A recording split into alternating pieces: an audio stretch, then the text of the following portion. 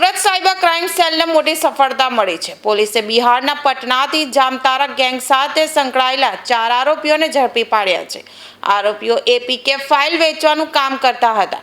પોલીસના જણાવ્યા મુજબ આરોપીઓ દ્વારા વેચવામાં આવતી એપીકે ફાઇલ મોબાઈલમાં ઓપન થતા ફોનનો ડેટા અને માહિતી સાયબર ફ્રોડ આચરનાર લોકો સુધી પહોંચી જતી હતી। પોલીસ તપાસમાં સામે આવ્યું છે કે આરોપીઓએ અત્યાર સુધીમાં 125 કરોડ રૂપિયાથી વધુની સાયબર છેતરપિંડીમાં મદદ કરી હોવાનું જાણવા મળ્યું છે। તેમજ આશરે 31,000 લોકોના મોબાઈલ ડેટા હેક કરવામાં આવ્યો હોવાનો દાવો કરવામાં આવ્યો છે। આરોપીઓ દ્વારા લગભગ 1 લાખ બેંક ટ્રાન્ઝેક્શન કરવામાં આવ્યા હોવાની પણ માહિતી સામે આવી છે। આરોપીઓ 8 થી 10,000 રૂપિયામાં એપીકે ફાઇલ વેચતા હતા।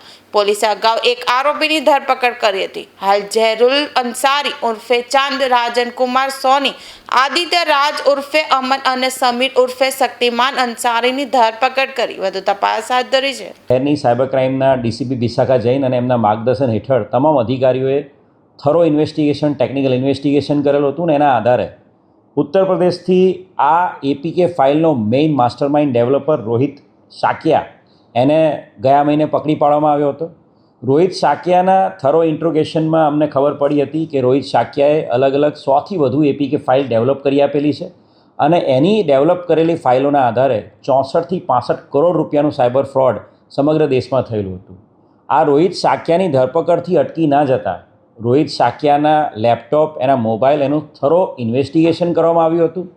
તમામ ઇન્વેસ્ટિગેશનમાં તમામ સાયબર ક્રાઇમના ઉચ્ચ અધિકારીઓ જોડાયા હતા અને રોહિત શાક્યાના પ્રોપર રિમાન્ડ મેળવી એના ઇન્ટ્રોગેશન અને સાથે એના મળેલા લેપટોપ અને મોબાઈલના થરો ઇન્વેસ્ટિગેશન એના આધારે એક આખી ગેંગ જે મુખ્યત્વે જામતારાથી ઓપરેટ કરે છે એ ગેંગ સુધી પહોંચવામાં સાયબર ક્રાઇમ સેલને મોટી સફળતા મળી છે।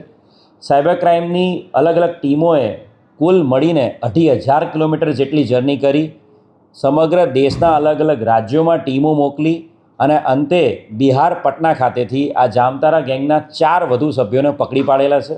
ખૂબ મોટી સફળતા સાયબર ક્રાઇમ સેલને મળેલી છે। આ જે આરોપીઓ જે પકડાયા છે એ ઝહરુલ અંસારી, રાજન કુમાર, આદિત્ય રાજ અને સમીર ઉર્ફે શક્તિમાન છે। ઝહરુલ અંસારી ઉર્ફે ચાંદ એ આ તમામ એપીકે ફાઇલનો જે જામતારાથી આખી ઓપરેટ કરે છે આખા દેશમાં એનો માસ્ટરમાઇન્ડ છે। એણે અલગ વ્યક્તિઓ પોતાની નીચે રાખેલા છે એના ગેંગના સભ્યો તરીકે અને ઝહરુલ અંસારીએ આજ સુધીમાં, ઝહરુલ અંસારી ઉર્ફે ચાંદ જે જામતારા ઝારખંડનો છે, એણે આજ સુધીમાં કુલ 1,248 જેટલી એપીકે ફાઇલ ડેવલપ કરેલી છે।